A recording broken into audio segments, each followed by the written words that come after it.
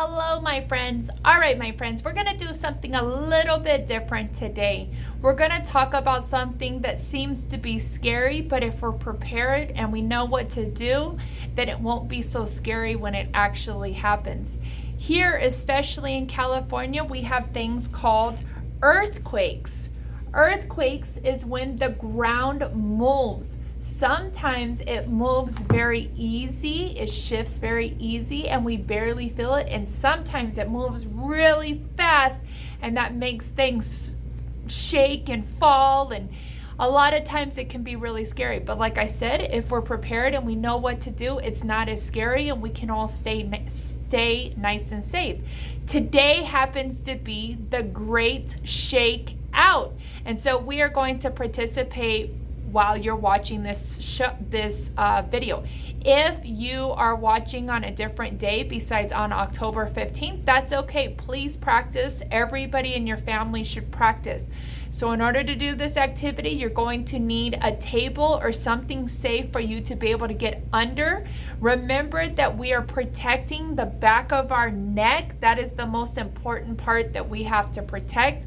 And we need a table that is sturdy enough that if the ceiling or anything above us falls, that the table will be able to hold the weight. Do not get under something that is flimsy, something that'll break easy. If it breaks when the ceiling caves in, that doesn't help you, all right?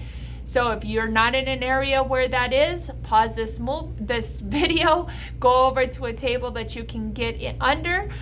Instead of using my desk where it's big enough for me to get under, I'm actually going to use the tables that you guys would be using, because I want you to understand how important it is for you guys to stay safe. I have a couple books. I'm not going to read them because they're actually too old for you guys. They have a lot of words and they pretty much say what I said, just in a lot of big kid words. But there have been tons of earthquakes through the years. And these stories, moms and dads, if you would like to go purchase for your students, especially older students, these are available on Amazon or any bookstore that you could go to. I'm going to play an audio that the state of California has. This is a great shakeout that the whole country does, at least the country. I don't know if the world participates in it. I know that they have earthquakes all over our world, so I'm sure they do something similar. So I'm going to play the audio on my laptop that will pick up on this video, and we're going to follow the directions.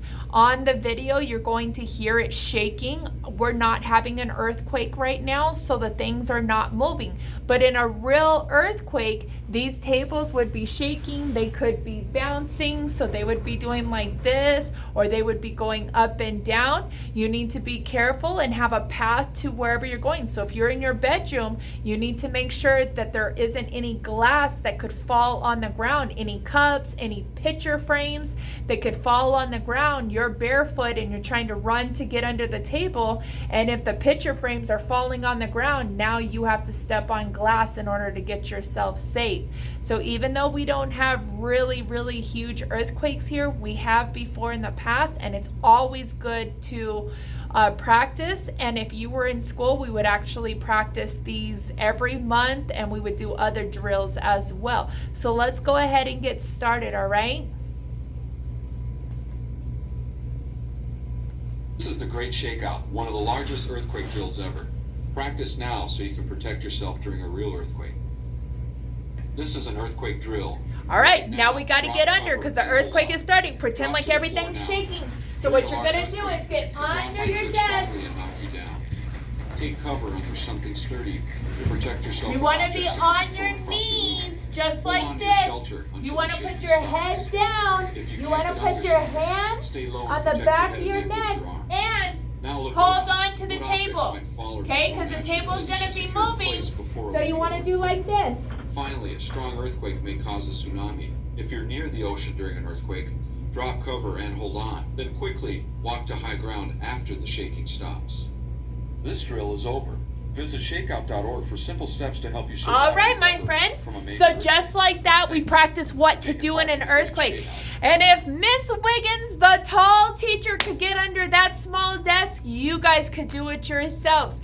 So plan ahead. It's always good to plan ahead. It's always good to have canned food. It's always good to have water, extra water hanging out. And if you have animals, remember to have extra food for them too.